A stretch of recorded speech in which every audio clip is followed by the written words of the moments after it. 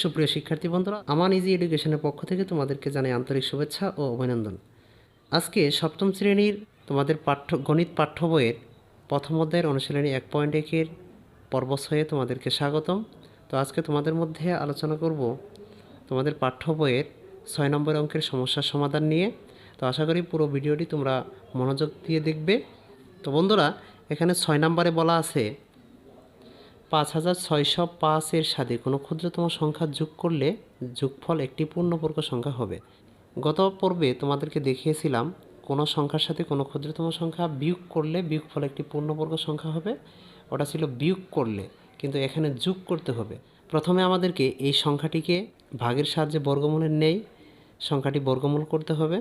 তারপর যে সংখ্যা ভাগফল বের হবে, বর্গ সংখ্যা বের হবে, তার সাথে কোনো এক সংখ্যা এক যোগ করলে সংখ্যাটি পূর্ণবর্গ সংখ্যা হবে। এবং যে সংখ্যাটি পূর্ণবর্গ সংখ্যা হবে সেই সংখ্যার সাথে ওই সংখ্যা আবারও গুণ করলে যে সংখ্যা বের হবে সেই সংখ্যার গুণফলের সাথে এই সংখ্যাটা বিয়োগ করার পরে যে মান বের হবে সেটাই মূলত আমাদের পূর্ণবর্গ সংখ্যা। তো বন্ধুরা, এত কথা না বাড়িয়ে অঙ্কের সমাধানে চলে যায়। তো আমরা লিখব 6 নম্বর অঙ্কের সমাধান।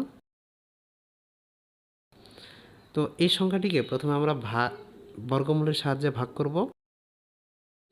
তো বন্ধুরা, গত পর্বে আমি বর্গমূল কিভাবে করা হয় সে ক্লাসগুলি ধারাবাহিকভাবে দেখিয়েছি।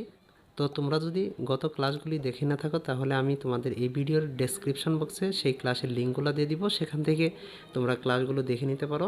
তো বর্গ নির্ণয়ের প্রথম ধাপ হচ্ছে আমাদেরকে যে সংখ্যা থাকবে আমাদেরকে সেই সংখ্যাগুলো জোড়ায় আবদ্ধ করতে হবে, ডান পাশ থেকে জোড়ায় আবদ্ধ করতে হবে। তারপর সংখ্যাগুলোর সর্বডান পাশে এইভাবে রেখাচিহ্ন দিতে হবে, ভাগের মতো রেখাচিহ্ন দিতে হবে। আমরা সাধারণত যে ভাগ করে থাকি এভাবে রেখাচিহ্ন দিতে হবে।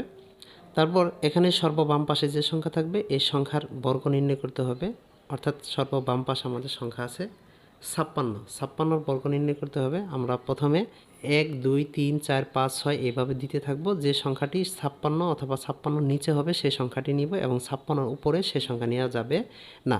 প্রথমে আমরা 5, 5, 25 এটা নেওয়া যাবে না। একই সংখ্যাকে একই সংখ্যা দ্বারা গুণ করতে হবে। 6, 6, 36 এটাও নেওয়া যাবে না। 7, 7, 49 দেখি এটা নেওয়া যায় কি না। 7 গুণন 7 অর্থাৎ আমাদের দ্বারায় 49। যদি 8 দিয়ে দিই, 8 গুণন 8 আমাদেরকে দ্বারায় 64, অর্থাৎ 64 গ্রহণযোগ্য না। কী জন্য? 56 বড় হচ্ছে 64।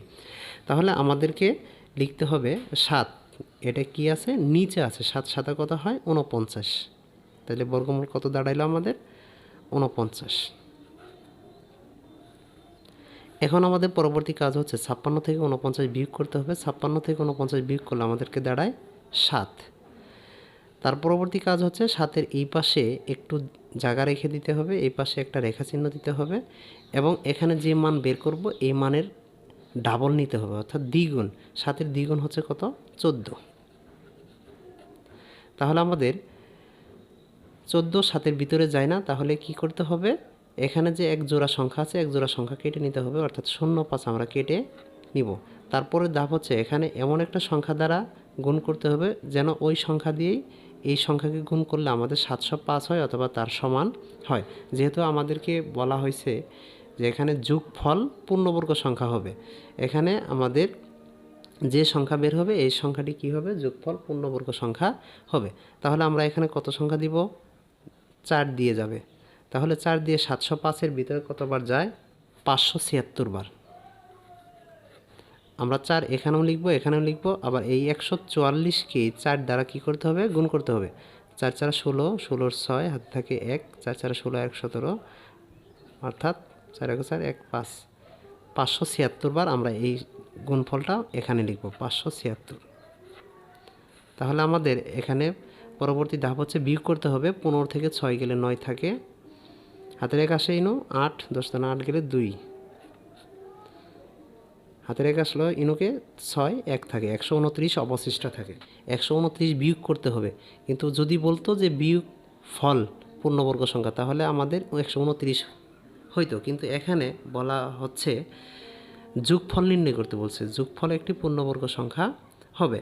তাহলে আমাদের লিখতে হবে, সুতরাং 5605 সংখ্যাটি পূর্ণবর্গ সংখ্যা নয়। কী জন্য পূর্ণবর্গ সংখ্যা নয়?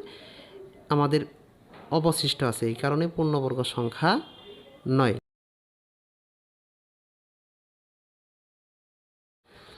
সুতরাং তাহলে আমরা বর্গমূল কত পেয়েছি? ৭৪। তাহলে লিখব ৭৪ এর সাথে ক্ষুদ্রতম সংখ্যা ১ যোগ করলে সংখ্যাটি পূর্ণবর্গ সংখ্যা হবে।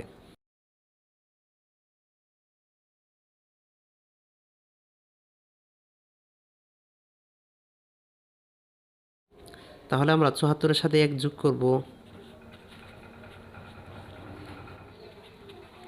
৭৪ আর ১ যোগ করলে আমাদের দাঁড়ায় ৭৫।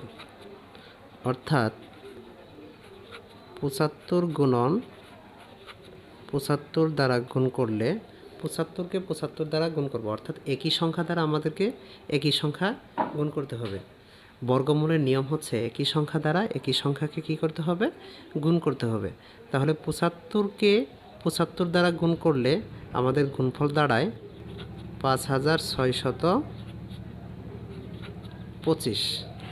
তাহলে সুতরাং এই যে ৫৬২৫ থেকে আমাদের ৫৬০৫কে বিয়োগ করলেই আমাদের নির্ণেয় পূর্ণবর্গ সংখ্যা বের হবে।